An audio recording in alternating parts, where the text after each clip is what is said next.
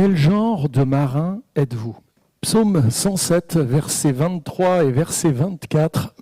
Ceux qui étaient descendus sur la mer, dans des navires et qui travaillaient sur les grandes eaux, ceux-là virent les œuvres de l'Éternel et ses merveilles au milieu de l'abîme. Le 14 mars 2007, ça vous dit quelque chose cette date ? Non. Rien ? Une jeune navigatrice, toujours pas ? Nommée Maude, nom de famille Fontenoy, bouclé un tour du monde, mais elle a été chercher la difficulté à contre-courant, c'est-à-dire à l'envers des courants marins. Donc elle bouclait un tour du monde à contre-courant en 150 jours.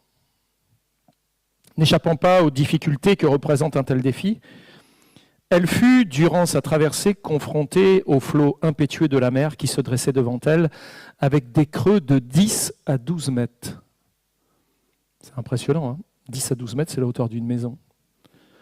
À cet exploit se rajouta celui de son mât, qui fut brisé et qu'elle répara seule suite à une avarie, avec un gréement de fortune, lui permettant ainsi de finir son aventure. Quand même un sacré bout de femme, hein ? Mais ce défi sportif était aussi porteur d'un message qui était adressé aux enfants. Est-ce que quelqu'un se rappelle ce qui était écrit sur la voile de son bateau ? Personne ? On pouvait lire une phrase célèbre disant « Fais de ta vie un rêve et d'un rêve une réalité ». Maude Fontenoy essaya de prouver par son geste que nos rêves, même les plus démesurés, peuvent devenir une réalité. Dès l'instant où on est prêt à aller jusqu'au bout de soi. Voilà quel était son message. Mais si vous avez écouté à cette époque les déclarations de la navigatrice, vous avez certainement dû entendre combien Dieu fut celui vers lequel elle se tourna dans les moments les plus périlleux de sa traversée. La première chose qu'elle fit en arrivant à l'île de la Réunion, c'est là où elle a bouclé son tour du monde, d'où elle était partie, fut d'aller remercier Dieu de l'avoir gardée. Car bien sûr, un rêve peut vite devenir un cauchemar. En effet, lorsque vous vous trouvez confronté aux limites de vos possibilités, il n'y a que la foi qui puisse vous permettre d'accéder aux ressources cachées en Dieu pour vous permettre de franchir tous les obstacles qui se dressent devant vous. Et en pensant à l'exploit de cette jeune femme, je réalise que ce qui a compté le plus dans cette aventure, ce n'est pas tant le bateau ou sa cargaison, mais bien la personne qui se trouvait dedans. C'est cela qui fait toute la différence. Vous savez que la Bible aussi parle de célèbres marins qui ont traversé les océans. En parcourant la Bible, vous y découvrirez des hommes qui durent aussi traverser des océans, affronter des conditions climatiques rendant la navigation dangereuse. On va se tourner maintenant vers 5 marins de l'Écriture. Et le premier, je pense que vous le connaissez, c'est Noé. Un navigateur atypique, très atypique. Noé fut le premier de tous les navigateurs que l'on rencontre dans la Bible. Et à ce titre, il est intéressant de découvrir de quelle façon il a entrepris son périple. Tout commence par une révélation de Dieu dans sa vie. Dieu vient lui parler. Ok. Et en face de la corruption violente qui animait les hommes sur toute la surface de la terre, Dieu entreprit un plan de sauvetage de l'humanité. Et pour cela, il se tourna vers un homme dont il est rendu témoignage qu'il était juste et intègre. Cet homme, nous dit l'Écriture, marchait avec Dieu, il dépendait entièrement de lui au quotidien, et de cette relation émanait une justice et une obéissance sans faille que Dieu allait utiliser. Et Dieu s'adressa à lui en ces mots. Genèse, chapitre 6, verset 13 au verset 16. « La fin de toute chair est arrêtée devant moi, car ils ont rempli la terre de violence. Voici, je vais les détruire avec la terre. Fais-toi une arche de bois de gopher, tu disposeras cette arche en cellules et tu l'enduiras de poids en dedans et en dehors. » Donc c'était pour l'étanchéité, vous l'avez compris. Voici comment tu la feras. L'arche aura 300 coudées de longueur, 50 coudées de largeur et 30 coudées de hauteur. Tu feras à l'arche une fenêtre que tu réduiras à une coudée en haut. Tu établiras une porte sur le côté de l'arche et tu construiras un étage inférieur, un second et un troisième. Avez-vous déjà remarqué l'architecture de cette embarcation ? Le moins qu'on puisse dire, c'est qu'elle ne correspondait en rien à l'idée qu'on se fait d'un bateau. On peut s'étonner que Dieu ne donne pas plus de détails d'ailleurs à Noé pour cette construction. Mais c'est intentionnellement qu'il le fait, car l'arche n'était pas un bateau ordinaire. D'ailleurs, le terme d'arche, dans son étymologie hébraïque, vous savez ce que ça veut dire ? Il y en a une autre arche dans la Bible. L'arche de l'Alliance. Et donc, l'arche de l'Alliance, c'est un coffre. Donc, tu vas te construire une arche, c'est-à-dire un coffre. Bon, si on construit un bateau, on ne va pas se faire un coffre. Ce n'est pas tout à fait l'idée qu'on a d'un bateau. Cette embarcation était effectivement une caisse, parce qu'en fait, on n'y trouvait nulle part de voile. Il n'y a pas de voile sur l'arche. Pas de gouvernail. Drôle de bateau. Pas de rame. Évidemment, on ne va pas faire d'anachronisme. Il n'y avait pas de moteur non plus. Rien qui puisse permettre de diriger ou de faire avancer ce bateau. Un bateau qui n'est pas dirigeable et qui n'a aucune forme de propulsion. Une caisse, quoi. Naviguer dans cette caisse, je ne sais pas vous, mais moi je trouve que c'est une folie. Mais sincèrement, si vous deviez construire un bateau pour sauver l'humanité et les animaux, qu'est-ce que vous auriez entrepris comme construction ? Certainement pas celle que Noé a faite. D'ailleurs, peut-on parler de navigation alors que tout ce qui est indispensable pour naviguer, en réalité, faisait défaut ?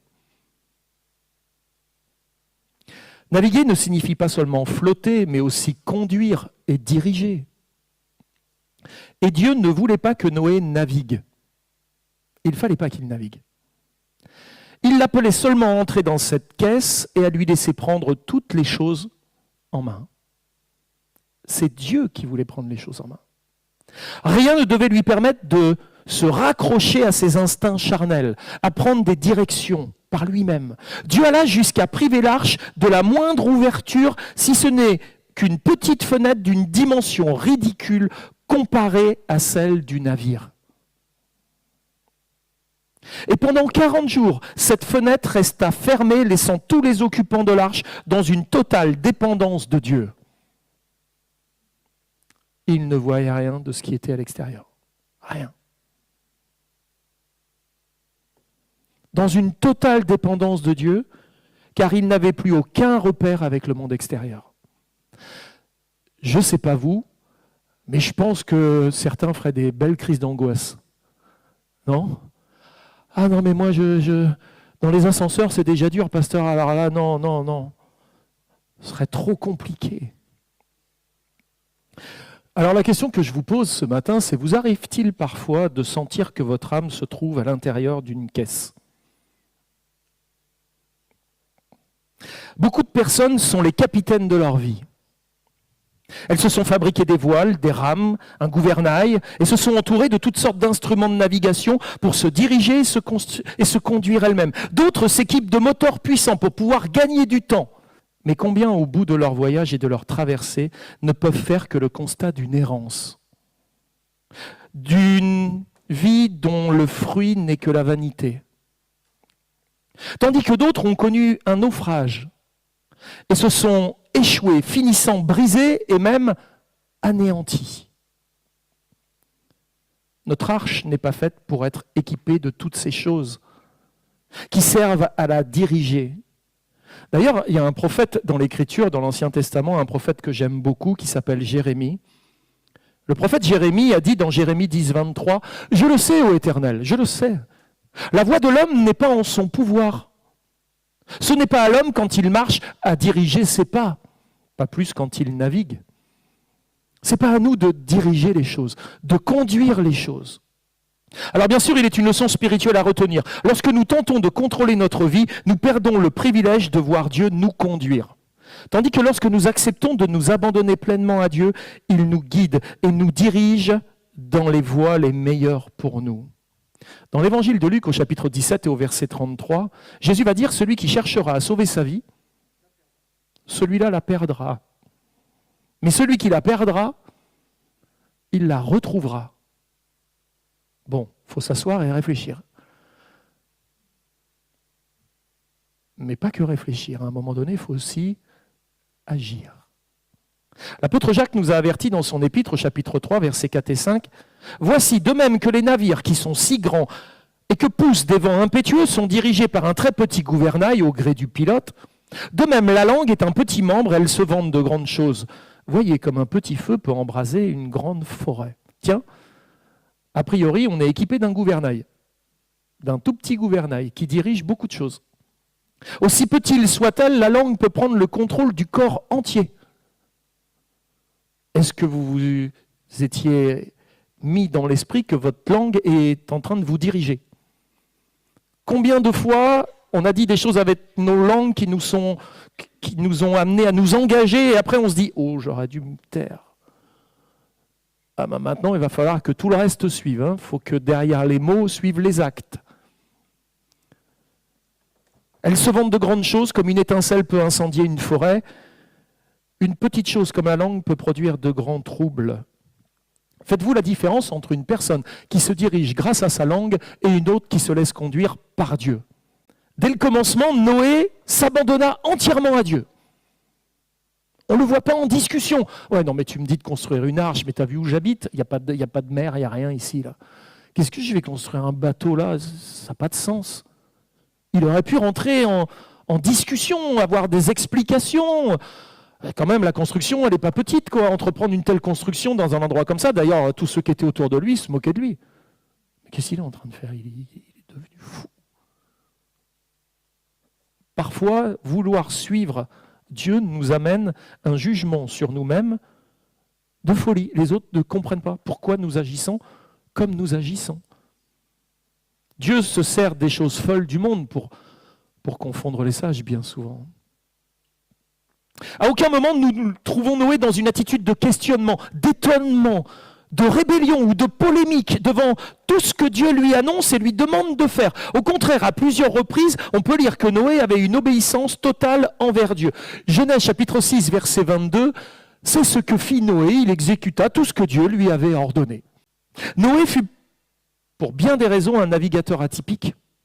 Il embarqua dans un bateau qui ne l'était pas, il vogua sur le pire des océans, celui de la destruction, et il ne disposa d'aucun moyen pour se repérer et se guider. Dieu fut son gouvernail, sa voile, ses rames, et une simple colombe lâchée dans le ciel fut pour Noé plus salutaire que le plus grand des phares.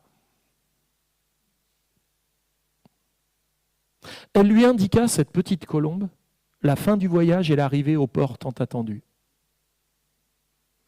À l'exemple de Noé, maintenez la colombe dans votre cœur, dans votre arche, comme elle le fut dans l'arche où se trouvaient Noé et sa famille. Jean chapitre 16, verset 13, quand le consolateur sera venu, l'esprit de vérité, qu'est-ce qu'il fera, la colombe? Il vous conduira dans toute la vérité. On peut traverser des zones ténébreuses, voguer sur des océans de destruction, ne pas avoir de gouvernail, ne pas avoir de repères, se dire mais où on va là, où on va? Si la colombe est dans l'arche, et si c'est Dieu qui guide, Dieu a déjà préparé un endroit pour toi. L'esprit de vérité, il vous conduira dans toute la vérité. Il ne parlera pas de lui-même, mais il dira tout ce qu'il aura entendu. Et il annoncera les choses à venir. Par 3 fois, nous lisons dans le passage biblique qui parle du déluge du temps de Noé, que Noé exécuta tout ce que Dieu lui avait ordonné. Mais pouvez-vous répondre à cette simple question? Qui est le navigateur de votre vie? Être un navigateur comme Noé dans notre vie, c'est très important. Car s'il fut un navigateur atypique, il le fut aussi par son obéissance et sa soumission à la volonté de Dieu. C'est ce qui fit de lui un instrument permettant le salut de l'humanité. Et c'est quand même pas rien d'avoir été utilisé comme cela. Si Noé accepta sa mission sans discuter, ce ne fut pas le cas d'un autre navigateur célèbre de la Bible, Jonas, le navigateur en débâcle. Au contraire de Noé, Jonas embarqua non pour obéir à la volonté de Dieu, mais pour y échapper.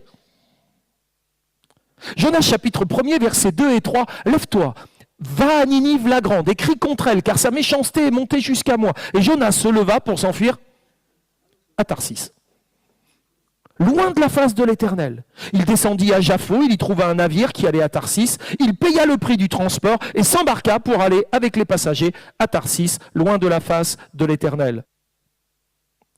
Le motif de cette désobéissance n'était pas, comme on pourrait le croire, la crainte des dangers susceptibles d'accomplir cette mission ou d'accompagner sa mission, mais plutôt la prévision de la non-réalisation de la menace de Dieu.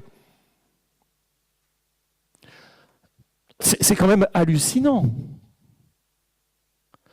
Tu dis que tu vas détruire Ninive, mais en fait je te connais Dieu, tu es trop bon. Tu vas m'envoyer leur dire que tu vas les détruire, puis à la fin tu ne vas pas les détruire, et moi là je vais être comme un rond de flanc, quoi. Je vais être ridiculisé. On n'aime pas trop être ridiculisé en réalité. Et lui, il n'accepte pas ça. Il connaissait Dieu, il sentait que la honte allait être la seule chose qu'il allait pouvoir retirer de son intervention. Car il savait que ces avertissements produiraient la repentance des Ninivites, éloignant d'eux finalement la colère de Dieu. Il choisit Tarsis comme destination de fuite. Il partit volontairement vers la contrée située à l'extrémité la plus reculée du monde connu de l'époque, pensant ainsi échapper à Dieu. Ce Dieu omniprésent.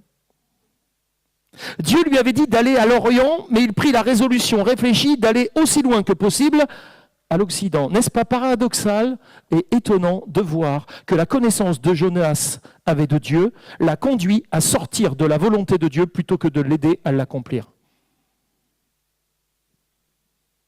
Notre connaissance de Dieu toujours limitée et notre amour propre sont bien des raisons qui nous éloignent de Dieu et nous empêchent parfois de faire sa volonté. Avez-vous réfléchi à ce qui pourrait vous empêcher d'obéir à la volonté de Dieu dans votre vie?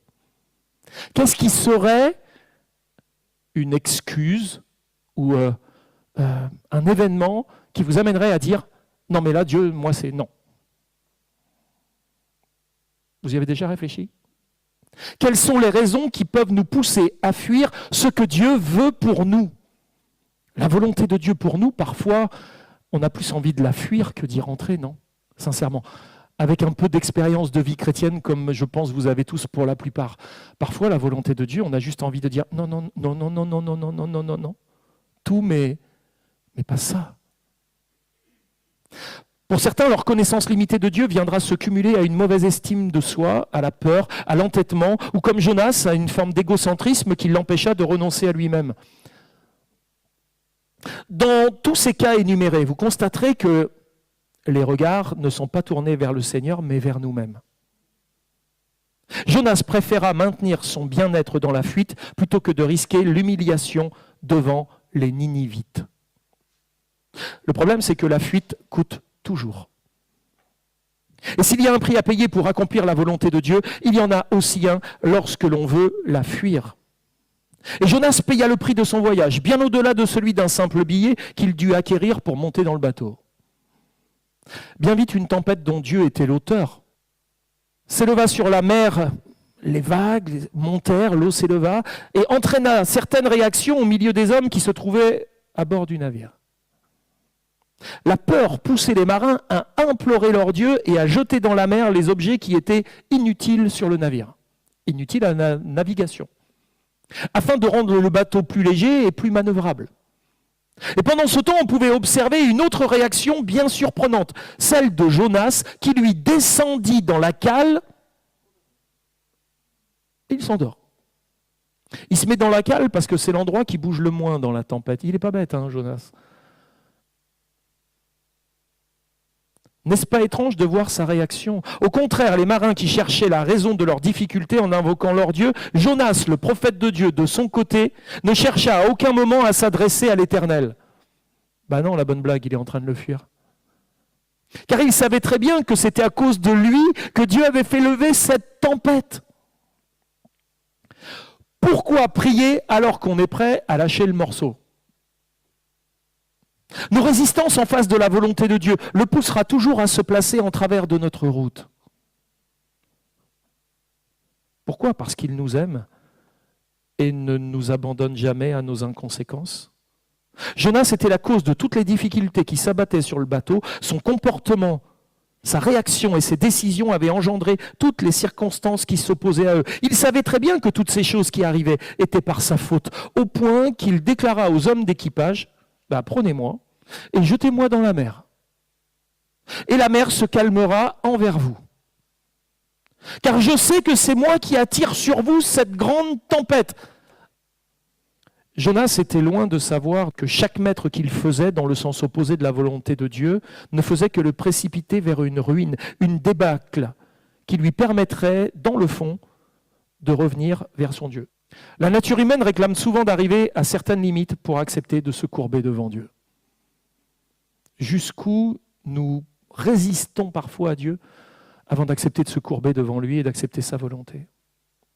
À peine fut-il jeté dans l'océan qu'un grand poisson, envoyé par l'Éternel, engloutit le prophète tout vivant et l'entraîna dans les profondeurs abyssales. Alors qu'il était dans une situation plus que critique, dans une voie sans issue, c'est alors seulement qu'il cria vers son Dieu. J'aurai l'occasion de vous reparler de l'histoire de Jonas, de manière plus précise, mais plus tard. Il était arrivé aux confins de ce qu'il pouvait supporter, et je pense même qu'il l'avait dépassé, et était maintenant prêt à laisser Dieu l'utiliser. N'est-ce pas triste de constater qu'il nous faut souvent aller aux extrémités de nous-mêmes pour permettre à Dieu de réellement régner sur nous? Les limites contre lesquelles vous risquez de buter seront aussi celles à partir desquelles vous vous disposerez à écouter Dieu vous parler comme jamais auparavant. Nous avons tous quelque part un Jonas qui sommeille en nous. Un navigateur qui nous pousse à fuir, à nous révolter et qui entraîne notre bateau sur un océan de problèmes. Notre âme parfois réagit comme Jonas, elle fait de la résistance et accepte difficilement de se plier à ce que Dieu demande. Et c'est alors qu'elle se retrouve bien souvent confrontée aux difficultés qui nous poussent dans le sommeil plutôt que dans l'intercession. Si votre Jonas vous amène à fuir la volonté du Tout-Puissant, dites-lui simplement à l'oreille. Ça vous arrive de discuter avec votre Jonas intérieur? « Hé Jonas, t'es trop têtu mon gars là. » Dites-lui simplement à l'oreille que son billet de retour par le prochain poisson est déjà payé par l'Éternel.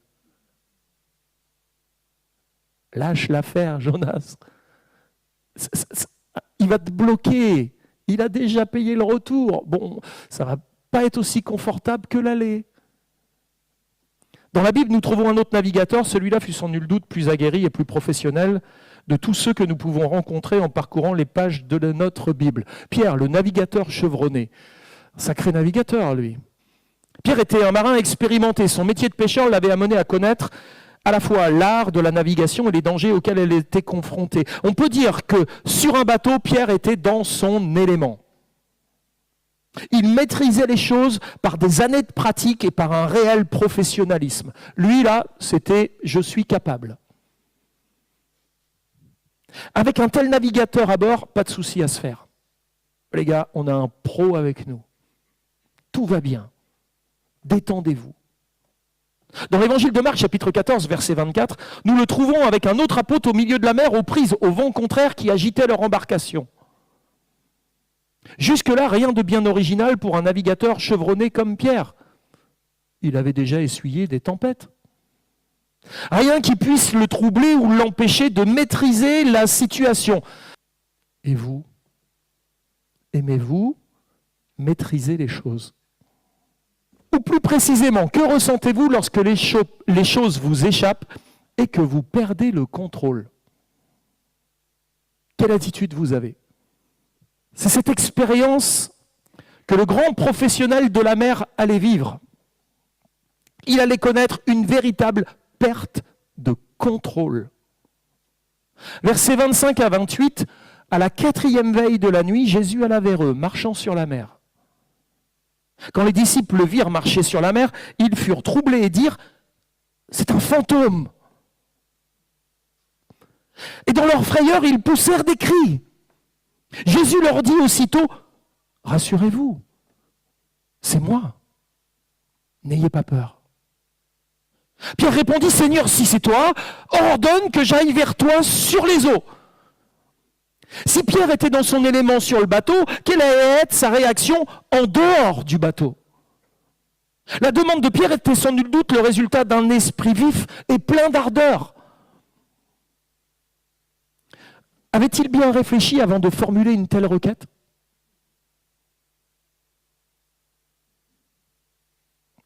Néanmoins, la réponse du Seigneur Jésus ne fut pas tardive, puisqu'aussitôt il lui répondit « Viens ». Et Pierre sortit de la barque. Et il commence à marcher sur l'eau pour aller vers Jésus. Et jusque-là, tout se déroule à merveille. Et le disciple continue à évoluer dans une parfaite maîtrise des choses. Ah, je marche sur l'eau. Ah, ben moi aussi, je marche sur l'eau. Tout va bien, je contrôle. Jusqu'au moment où, voyant que le vent était fort, il eut peur. Et comme il commençait à s'enfoncer, il s'écria « Seigneur, sauve-moi !» Perte de contrôle. Voilà que, sous les pieds du disciple téméraire, le sol commençait à se dérober, l'entraînant du même coup à vivre une véritable perte de contrôle. On pourrait se demander pourquoi avoir été amené à vivre une telle expérience pour la terminer de cette façon. La réponse se trouve dans les paroles de Jésus à Pierre au verset 31. Aussitôt Jésus étendit la main et le saisit et lui dit « Homme de peu de foi, pourquoi as-tu douté ?» Nous découvrons dans ces paroles une chose importante que nous devons découvrir au-delà du simple reproche du manque de foi. C'est que Dieu désire nous attirer dans des situations de non-contrôle pour que nous exercions notre foi. Les zones dans lesquelles la foi est véritablement la plus active, c'est dans nos zones de non-contrôle. Lorsque nous contrôlons et que nous maîtrisons les choses, à quoi nous sert la foi ? Alors ne craignez pas de perdre le contrôle, vous qui aimez tant le conserver. Ne craignez pas de perdre le contrôle de certaines choses, car là où s'arrête votre maîtrise, là commence la foi. La Bible nous parle d'un autre navigateur, d'un navigateur qu'on pourrait qualifier de résistant. Paul, le navigateur résistant. L'apôtre Paul fut certainement le plus résistant de tous les navigateurs rencontrés dans la Bible. Et il n'est sans aucun doute le spécialiste biblique des voyages. C'est un baroudeur, quoi. Hein? Il a quand même fait combien de voyages? 4 voyages. Il déclara lui-même dans 2 Corinthiens 11, 26, vous allez voir, hein, il a quand même fait des super voyages. L'apôtre Paul, franchement, je ne sais pas avec quelle compagnie il voyageait, mais j'espère qu'il avait Europe Assistance avec lui, parce qu'il va dire, fréquemment en voyage, j'ai été en péril sur les fleuves, en péril de la part des brigands, en péril de la part de ceux de ma nation, en péril de la part des païens, en péril dans les villes, en péril dans les déserts, en péril sur la mer, en péril parmi les faux frères. Un proverbe connu dit que les voyages forment la jeunesse. Assurément, ce proverbe contient une part de vérité, surtout lorsque l'on regarde que ce que les voyages ont produit dans la vie de l'apôtre. Car en guise de finalité, il déclara, après avoir fait tous ses voyages, il fait un bilan. S'il faut se glorifier, c'est de ma faiblesse que je me glorifierai. Ok. Et à travers cette déclaration, on perçoit une partie de la profonde spiritualité de l'apôtre. À aucun moment nous le voyons rempli de suffisance et d'arrogance.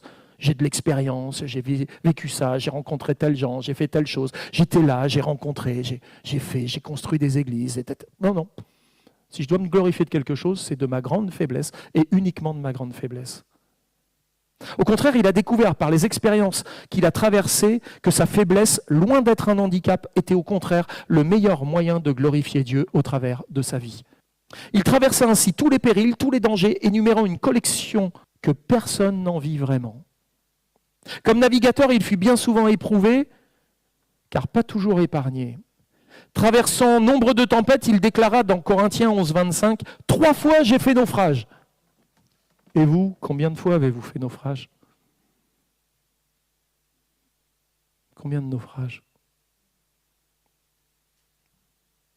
Faire naufrage, c'est être brisé, cassé, déchiré, détruit, en ruine. C'est rater son but, c'est connaître l'échec. Comment êtes-vous ressorti de vos différents naufrages? Aigri, amer, déçu, révolté? Que dans votre bateau, Paul le navigateur résistant soit toujours à l'œuvre. Si vous avez un petit Jonas dans un coin, vous avez aussi un Paul qui est là. Quelqu'un qui va vous dire, bon, il faut continuer. Ça va nous apprendre quelque chose. On va peut-être mettre du temps avant de comprendre, mais je pense qu'il y a quelque chose que Dieu veut nous faire comprendre en faisant cette traversée, ce naufrage. Et puis je vais terminer avec le plus grand navigateur, et là vous allez dire Amen, parce que j'arrive sur ma conclusion. Jésus, le navigateur hors du commun. S'il existe bien un navigateur hors du commun, nous le trouvons dans la personne de notre Seigneur Jésus. Lui aussi se trouva au milieu de la tempête, au cœur d'une situation plus que critique. Dans l'évangile de Marc, chapitre 4, verset 37, on peut lire « Il s'éleva un grand tourbillon et les flots se jetaient dans la barque, au point qu'elle se remplissait déjà. Et lui, il dormait à la poupe sur le coussin.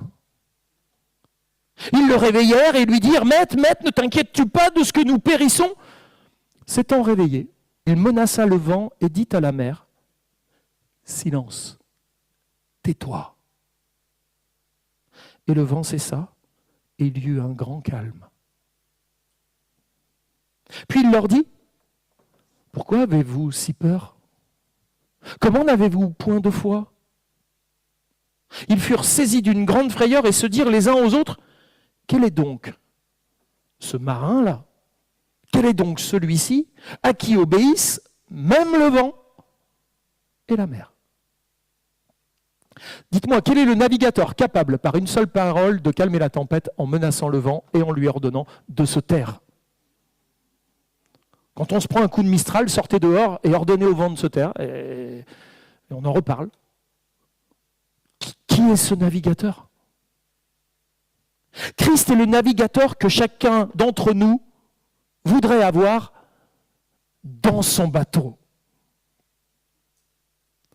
Car quand à l'extérieur, il y a des luttes, à l'intérieur des craintes, que les esprits sont dans le tumulte, lui seul peut réellement dire « Silence et tais-toi ».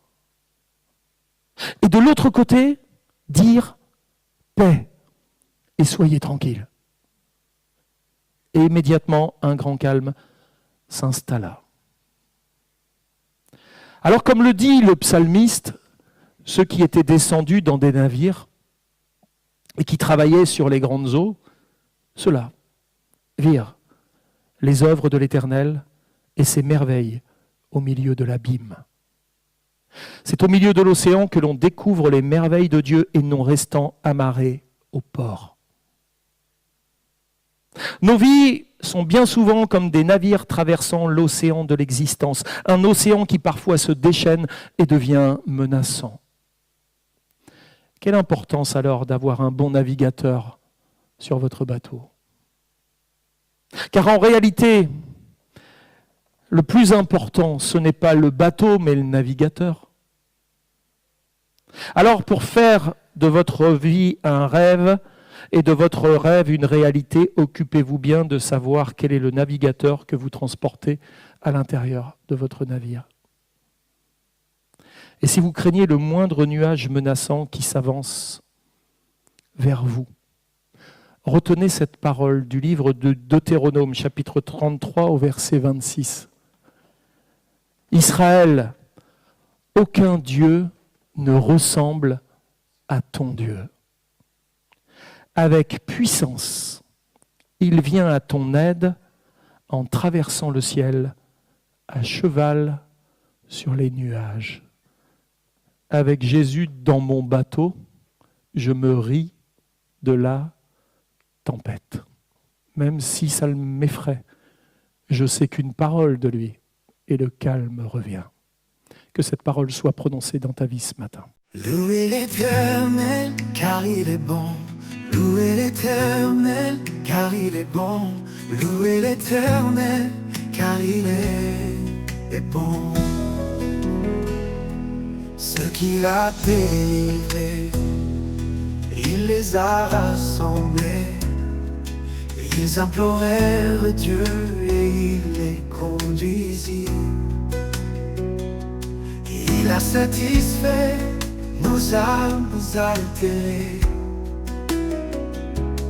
et il a comblé nos âmes affamées. Louez l'Éternel, car il est bon. Louez l'Éternel, car il est bon.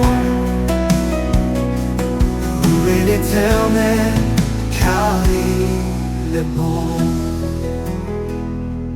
Parce qu'il se révoltait contre les paroles de Dieu. Dans leur détresse, il les délivra. Il rompit tous leurs liens pour qu'il loue sa bonté et pour toutes ses merveilles envers chacun d'eux. Louez l'Éternel, car il est bon. Louez l'Éternel, car il est bon. Louez l'Éternel, car il est bon. Il a brisé les portes et rompu les verrous. Il envoya sa parole et il les a guéris. Ceux qui volaient sur la mer contemplèrent ses œuvres. Il fit lever la tempête et souleva les flots. Louez l'Éternel, car il est bon. Louez l'Éternel, car il est bon. Louez l'Éternel, car il est bon. Les vagues les ballottaient et leur âme défaillait. La peur qui les tenait les anéantissait. Mais il stoppa la tempête et ramena le calme. Et il les conduisit jusqu'au port des îles.